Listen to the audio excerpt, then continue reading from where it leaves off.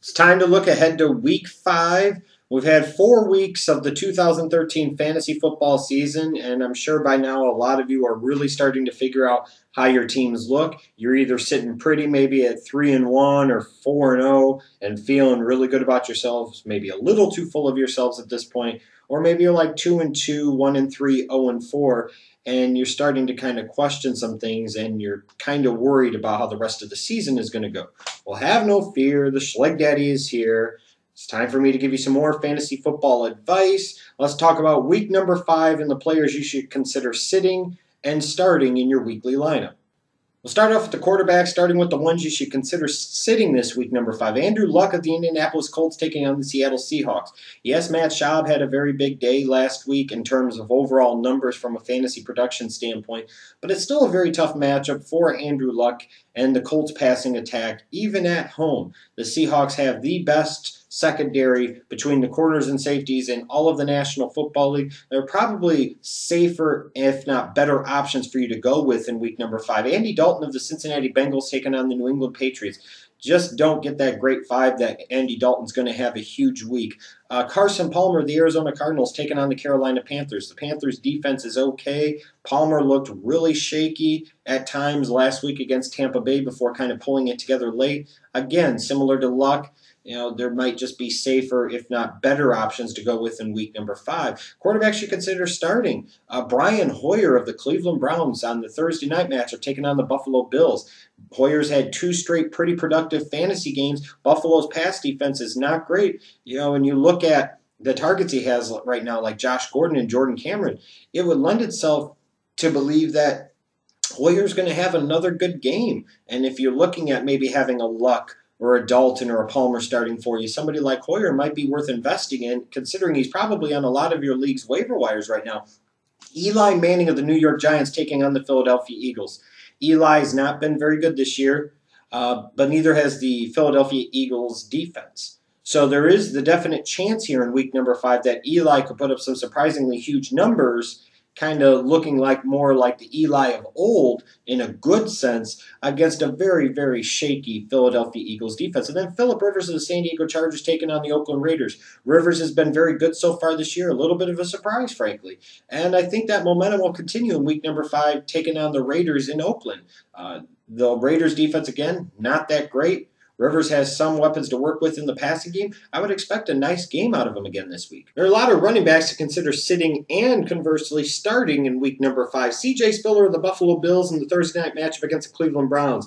Spiller's questionable. He may play, he may not. Even if he does right now, he's not a very strong play against a solid Cleveland Browns defense. Chris Johnson of the Tennessee Titans taking on the Kansas City Chiefs.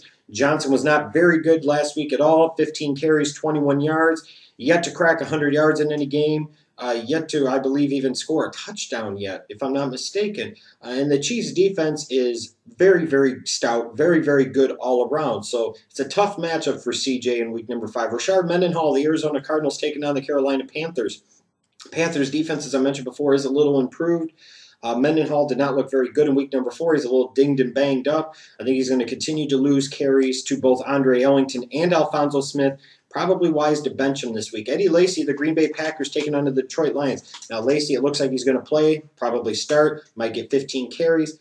You really haven't seen a lot out of Eddie Lacy, though, to make him a slam dunk, have to start running back 2 or flex option at this point. And there are probably better options in week number 5 to be on the safe side. Maurice Jones-Drew of the Jacksonville Jaguars taking on the St. Louis Rams. You might say, well, Mojo's taking on the Rams. The Rams can't stop anybody. You would think that would lend itself to a vintage performance from Mojo. It very well might. But more likely than not, Drew's not going to do a damn thing because he really hasn't done a damn thing yet this year. Matchup be damned. If he's not good, he's not good. And right now, Maurice Jones-Drew has not been good. So I wouldn't start him in week number 5. Trent Richardson of the Colts taking on the Seahawks. Sure, he's going to get a lot of the carries, but he's going against a very stout Seattle Seahawks defense. Again, I think there are better, safer matchups and options out there for you in week number 5. Running backs to consider starting. Bilal Powell of the New York Jets taking on the Falcons on Monday Night Football. And fits in there pretty well for you maybe as a flex option at this point. He gets most of the goal line carries. He's the lead back. He catches the ball out of the backfield, so he gives you added value in PPR leagues.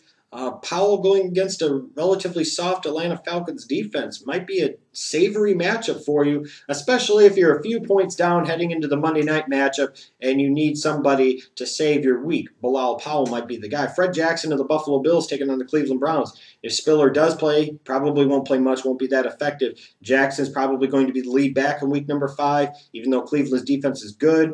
I'd rather take the chances on Jackson than Spiller this week. Darren Sproles of the New Orleans Saints taking on the Chicago Bears. Sproles makes a great running back 2 or flex option, in particular in PPR leagues this week, taking on a Bears defense that got shredded by Reggie Bush, both as a runner and as a pass receiver last week. So when you're looking at matchups, look at Darren Sproles, compare his skill set somewhat to Reggie Bush, and it gives you an idea that Sproles could be in for a very, very big afternoon, this Sunday. David Wilson, yes, David Wilson of the New York Giants taking on the Philadelphia Eagles. Just like with Eli Manning, David Wilson has been bad. He's been worse than bad. He's been boo-boo. He's been what you would expect out of a Virginia Tech running back in recent years in the NFL. Anybody that thinks otherwise is a damn fool. However, this is a very tantalizing matchup. They just released Darrell Scott, so Wilson, by default, is probably going to get carries. He's facing a very soft Philadelphia Eagles defense. Wilson might end up having a very big day this week. Giovanni Bernard of the Cincinnati Bengals taking on the New England Patriots. I think the law firm of BenJarvus Green Ellis is going to continue to be pushed into a secondary role, and Bernard's all-around skills are going to be featured more, and that could take place again in week number 5, taking on a Patriots team. Rashard Jennings of the Oakland Raiders taking on the San Diego Chargers. It looks like both Darren McFadden and Marcel Reese could potentially be out for this week, and if they are, Jennings is going to be the guy. He's not a great option, but he does have just enough versatility, both as a runner and as a pass receiver, that he could end up giving you a very big week out of, let's say, your flex position, especially if you're struggling to cover a bye week in the week 5 in this late Sunday night game against the Chargers. Now moving on to wide receivers, ones you should sit. Eddie Royal, the San Diego Chargers, taking on the Oakland Raiders. Yeah, he had those 2 monster weeks where he caught 5 touchdown passes, but he's not getting targeted a lot in the passing game. I promise you there are much better options out there. Larry Fitzgerald of the Arizona Cardinals taking on the Carolina Panthers. Palmer wasn't that good last week. Fitzgerald's kind of dinged up a little bit. They're probably safer and better options for you. Stevie Johnson of the Buffalo Bills taking on the Cleveland Browns. I'm very big looking at one-on-one matchups a lot of times, and I see his matchup against Joe Hayden in this Week 5 Thursday night game, and I'm like, you probably go somewhere else a little bit better. Steve Smith of the Carolina Panthers taking on the Arizona Cardinals. Again, similar to Stevie Johnson, what he'll face against Joe Hayden, Steve Smith's probably going to draw Patrick Peterson the majority of the time. Doesn't seem like a recipe for great success if you're starting Steve Smith in your lineup in Week 5, so consider sitting him. Reggie Wayne of the Indianapolis Colts taking on the Seattle Seahawks. Again, another thing where he's going to either face Richard Sherman or Brandon Browner, more likely than not Richard Sherman. It's not the most favorable matchup. Looking at wide receivers you should consider starting. Josh Gordon of the Cleveland Browns taking on the Buffalo Bills. Hoyer has looked pretty good in the passing game the last 2 weeks. I think Gordon is going to establish himself as by far their best option on the outside at wide receiver. Him and Cameron are going to get the lion's share of targets and production. So full steam ahead with Josh Gordon right now. Jeremy Curley of the New York Jets taking on the Atlanta Falcons.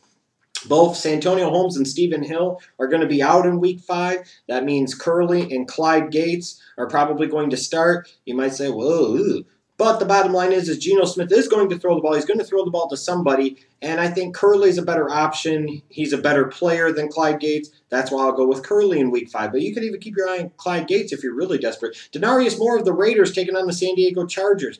It looks like Terrell Pryor probably will be back in the lineup in Week 5, and if that's the case, he likes to target Denarius Moore. I think Moore is a good flex player, wide receiver 3 play for you this week. Cecil Shorts of the Jacksonville Jaguars taking on the St. Louis Rams. Again, the Rams really can't stop anybody defensively. You know the Jaguars are probably going to throw the ball some, even though Blaine Gabbert completely sucks. He does like to throw the ball to Cecil Shorts, so it could be a nice, productive day for Cecil Shorts. And then the last one, this is a bit of a flyer here. Roddy White of the Atlanta Falcons taking on the New York Jets. Julio Jones is going to probably draw Cromartie. That means that Roddy White might have some opportunities. I think he's slowly getting back to speed. He's getting healthier by the week. And he played the majority of this team's snaps last week, got targeted a few times, didn't do anything great. But you know Roddy White is this close away from becoming the Roddy White of old again. That fits in very well as a wide receiver 2, or even in some teams a wide receiver number 1. So take the chance, especially if you want to gamble in week number 5, that Roddy White's going to have a big day against the New York Jets. Now let's move on to tight ends, ones you should consider sitting. Brett Selleck of the Philadelphia Eagles taking on the Giants. I just don't have a good feeling about Selleck this week. Could be wrong, but I don't. So consider sitting him. Rob Gronkowski of the Patriots taking on the Bengals. Looks like Gronkowski's going to be out again. So if you had him in your lineup tentatively for week 5, take him out. Better to be safe than sorry. Jermaine Gresham of the Bengals taking on the Patriots. With Eifert there, it really stifles Gresham's value. If he had a whole lot to begin with, there are probably better options right now on your waiver wire, frankly, than Jermaine Gresham. Owen Daniels of the Houston Texans at the San Francisco 49ers. You know, Daniels has been okay so far this year, no question, but I just have a feeling at some point in time that he's due for a bad game, and I think it's going to be week number 5. Tight ends should consider starting in week number 5. Charles Clay of the Miami Dolphins taking on the Baltimore Ravens. On Monday night, even though the Dolphins kind of got owned, the 2 players that looked really legit on the field were Lamar Miller and Charles Clay. And I think as the Dolphins and Tannehill go throughout the season, they're going to realize just how good of a weapon Clay can be for them in the passing game. And I expect it to continue in week number 5. Jermichael Finley of the Green Bay Packers taking on the Detroit Lions. He had the concussion, but he's had time to rest. He's back healthy. The Lions will struggle to match up a little bit with athletic tight ends like Finley. As a result, I think Finley could be in for a nice day. And you look at it, first 2 weeks of the season, he had a touchdown in each game. So you're taking a chance right now that he's probably going to give you a touchdown in week number 5. Brandon Myers of the New York Giants taking on the Philadelphia Eagles. Quietly, Myers has had an okay season, a tight end 2 or an emergency flex play. But if you've got a tight end of yours on a bye week, Myers might still be on your waiver wire. If he is, go pick him up and insert him in your lineup, because I think Eli's going to have a good day against that weak, soft Eagles defense in week 5, and he likes to target Brandon Myers some, and it could be a nice day for him. Jared Cook of the St. Louis Rams taking on the Jacksonville Jaguars. After that outstanding week 1, Cook really hasn't done much, but he's facing the Jaguars, and you look at the pedigree of the Jaguars defense this year, there is none. But there is a history of them getting shelled by opposing teams' athletic tight ends, whether that be Coby Fleener or whether that be Zach Miller. They haven't matched up very well against opposing teams' tight ends, and that's just the bottom line. So I look at Jared Cook. Yeah, he's had a couple of bad games. Bradford's had a few bad games in the passing game, but I think they'll right that ship in week number 5, and it could mean a monster day for Jared Cook. So there's my sit start for week number 5. I'm going to have to start keeping track of this to see how well I am or am not doing. Make sure if you have any lineup questions for me for this weekend that you post them in the comments section down below. If you have any questions about people that you're considering picking up on the waiver wire and maybe you're unsure of who to go after, let me know that in the comment section down below. If you need any advice on any potential trades you're either proposing or have had proposed to you, again, let me know in the comment section down below. I love fantasy football, and I love talking about it, and I love obsessing about it every single week. And I know you guys do too. Should be another fun week of football, that's for sure.